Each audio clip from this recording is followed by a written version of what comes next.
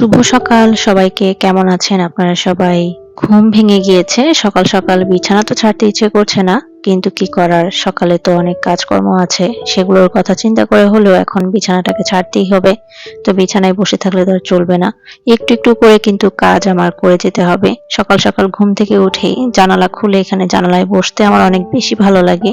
খুব বেশি দেরি না করে ফ্রেশ হয়ে চলে গেলাম। বাচ্চা স্কুলে যাবে তো ওর শার্টটা একটু ইস্ত্রি করে দেওয়ার জন্য। আগের দিন এটাকে ওয়াশ করে দিয়েছিলাম। বাচ্চাদের স্কুলের ড্রেসগুলোকে রেগুলার ওয়াশ করতে হয়, আয়রন করে দিতে হয়। তো ওর ড্রেসটাকে আমি আয়রন করে দিচ্ছিলাম। স্কুলে চলে যাবে, খুব তাড়াহুড়া লেগে গিয়েছে। আমিও খুব তাড়াহুড়া করে ওর শার্টটাকে আয়রন করে দিলাম। শার্ট আয়রন করা শেষ হয়ে গেলে চলে আসলাম রান্নাঘরে রান্না করার জন্য। এখানে প্রথমেই আমি আমার জন্য একটু করে চা করে নিব। চা খেলে অনেক বেশি ভালো লাগবে, মনটাও চাঙ্গা হয়ে যাবে। সকালের যে ঘুম ঘুম ভাবটা আছে সেটা অন্তত কেটে যাবে। আর বাচ্চাদেরকে একটু করে দুধ করে দিয়েছিলাম কমপ্লেনের সাথে। চকলেট দুধ করে দিব, তো ওদের চকলেট দুধ আমি রেডি করে নিচ্ছি, ওদেরকে দিব।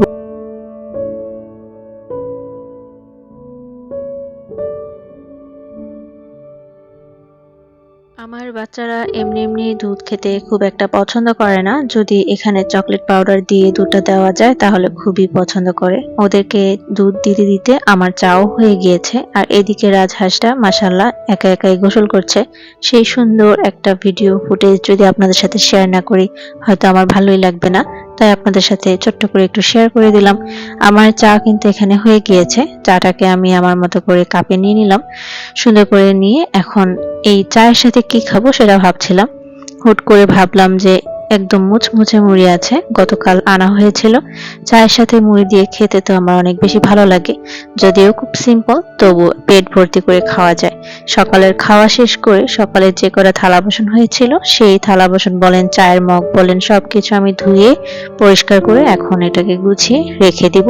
সকালের চায়ের কাপ, দুধের মগ যা হয়েছিল সেগুলো তো ধুয়েই রাখলাম।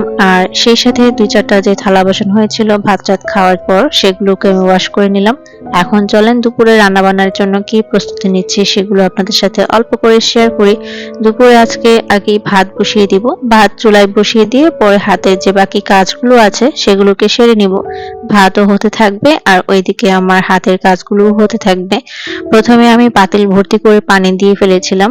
পরে ভাবলাম যে না, এত পানি দিলে তো পানি উপচে পড়ে যাবে। পরে আমি আবার এখান থেকে কিছুটা পানি কমিয়ে নিলাম।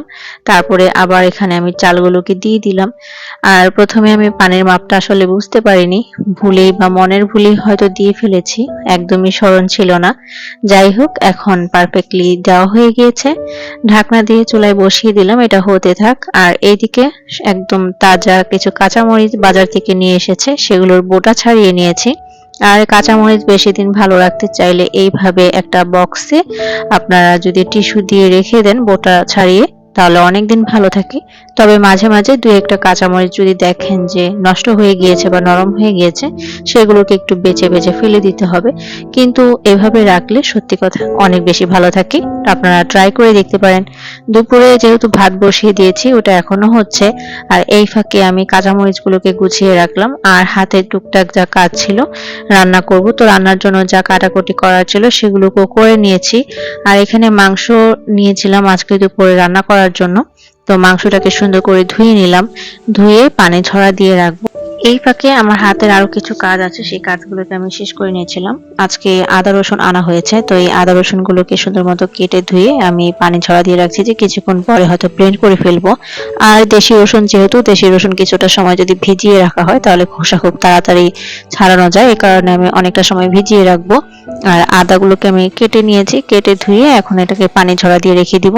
যে রান্না বান্না হাতের কাজ সব শেষ হয়ে যাবে, যখন হাতে একটু সময় পাবো, অবসর সময় পাবো, তখন আমি ওই আদা রসুন গুলোকে ব্লেন্ড করে রেখে দিব। এখন আমার চুলায় কিন্তু রান্না চলতেছে, অলরেডি আমি মাংসটাকে বসিয়ে দিয়েছি, রান্নাও প্রায় হওয়ার পথে শেষ। এখন আমরা আসলে সবাই মিলে খাওয়া দাওয়া কখন দুপুরে খাওয়ার সময়ও হয়ে গিয়েছে। তো সবাই মিলে খাওয়া দাওয়া করার জন্য সবকিছু গুছিয়ে নিয়েছি।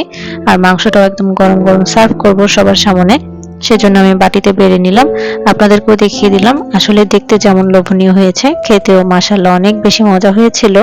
আর এই যে আদা রসুন কিন্তু আমার ব্লেন্ড করা হয়ে গিয়েছে। রান্না করার জন্য যতটুকু লাগবে সেটা নরমালে রেখে দিব, আর বাকিগুলো ডিপ ফ্রিজ করে রেখে দিব। যখন শেষ হবে অল্প অল্প করে বের করে খাওয়া যাবে। একবারে করে রেখে দিলাম, যেহেতু একা মানুষ আমার হাতে অনেক কাজ থাকে, একবারে যখনের কাজ তখন করা যায় না, কিছু কিছু কাজ আগে থেকে করে এগিয়ে রাখতে হয়। তাই আমি আদা রসুনটাকে আগে ভাগেই ব্লেন্ড করে কাজটাকে আগিয়ে রাখলাম। এখন শেষমেশে অল্প একটু আদা রসুন বাটা বাড়তি রয়ে গেল, এটা রান্না করার জন্য নরমালি রেখে দিব। আর বাকি যে বড় 3টা বক্স আছে ওই 3টা বক্স তো রেখেই দিব। এগুলোকে কাজ সেরে নিলাম, হাতের এই কাজটা শেষ করে ফেললাম। এখন মোটামুটি অনেক রাত, ঘুমানোর আগ মুহূর্তে। তো বাচ্চাদের জন্য কিছুটা দুধ রেডি করে নিয়েছিলাম, যাতে ওরা ঘুমানোর কিছুক্ষণ আগেই আমি দুধটা ওদেরকে খাইয়ে দিব। এটা দেখতে দেখতেই আমরা এখন এখানে বিদায় নিই। ভালো লেগে থাকলে অবশ্যই একটি কমেন্ট করে আমাকে সাপোর্ট করবেন।